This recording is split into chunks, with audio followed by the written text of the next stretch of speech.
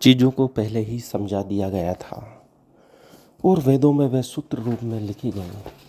ठीक वैसे ही जैसे हम किसी चीज़ को याद रखने के लिए कीवर्ड्स का इस्तेमाल करते हैं, वेद कीवर्ड्स हैं उस परम रहस्य को जानने के, ताकि उन कीवर्ड्स को बार बार दोहराते हुए हम उस परम रहस्य को, परम तत्व को जान लें, जिसकी बात ईश्वर ने मनुष्यों से की है।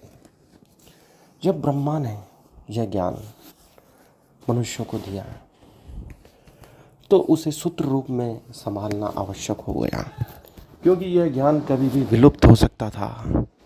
उसे बचाना आवश्यक था। कीवर्ड्स का इस्तेमाल किया गया। हम किसी भी चीज़ को याद रखने के लिए वे महत्वपूर्ण शब्द दोहराते हैं, जिससे पूरी बात याद आ जाती है, समझ आ जाता है कि आखिर यह किस विषय में चर्चा की जा रही है।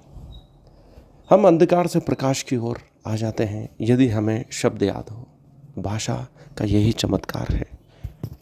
और सूत्र रूप में वेद लिखे गए, उसका कारण यही है कि उस परम तत्व की विस्तृत व्याख्या पहले ही ईश्वर द्वारा की जा चुकी थी उन महत्वपूर्ण ऋषियों के सामने।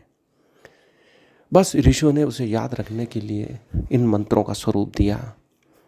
कम अक्षरों में अधिक बात समझने लायक उसे बनाया गया, ताकि इन कीवर्ड्स को याद करते करते, दोहराते हुए, रटते हुए हम सदियों तक, लाखों वर्षों तक उस परम रहस्य की बात मनुष्यता तक पहुंचा सकें, जो कभी भी विलुप्त हो सकता था। लेकिन उसे दोहराया गया गुरुकुलों के माध्यम से, कई ऋषि परंपराओं के माध्यम से, ब्राह्मण ग्रंथों के माध्यम से, विस्तृत व्याख्या से, टीकाओं से, लेकिन सूत्र वही रहे।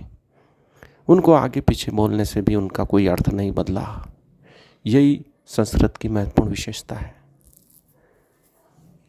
कि हम सूत्र रूप में अभी भी वर्तमान में कठिन विषयों को याद करते हैं। ईश्वर तत्व सबसे कठिन और महत्वपूर्ण विषय है और उसे मानवता के लिए सुरक्षित रखा जाना आवश्यक था।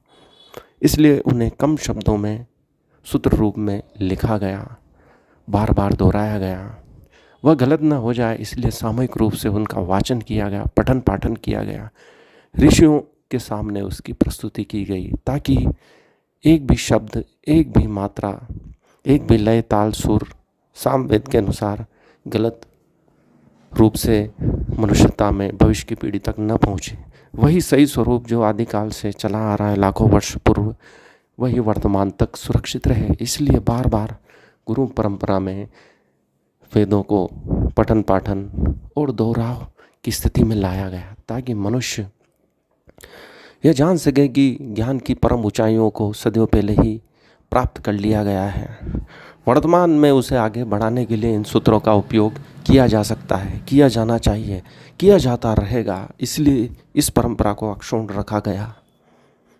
वेद मंत्रों के माध्यम से, ऋषियों के माध्यम से, गुरुकुलों के माध्यम से, विश्वविद्यालयों के माध्यम से, आचार्यों, चाणक्यों के माध्यम से, यही भारतीय परंपरा का महत्वपूर्ण रहस्य है।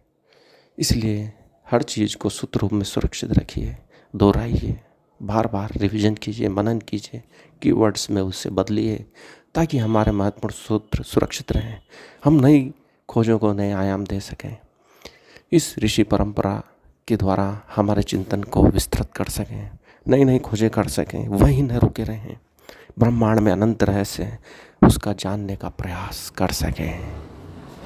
चीज़ों को पहले ही समझा दिया गया था और वेदों में वे सूत्र रूप में लिखी गई। ठीक वैसे ही जैसे हम किसी चीज़ को याद रखने के लिए कीवर्ड्स का इस्तेमाल करते हैं, वेद कीवर्ड्स हैं उस परम रहस्य को जानने के, ताकि उन कीवर्ड्स को बार बार दोहराते हुए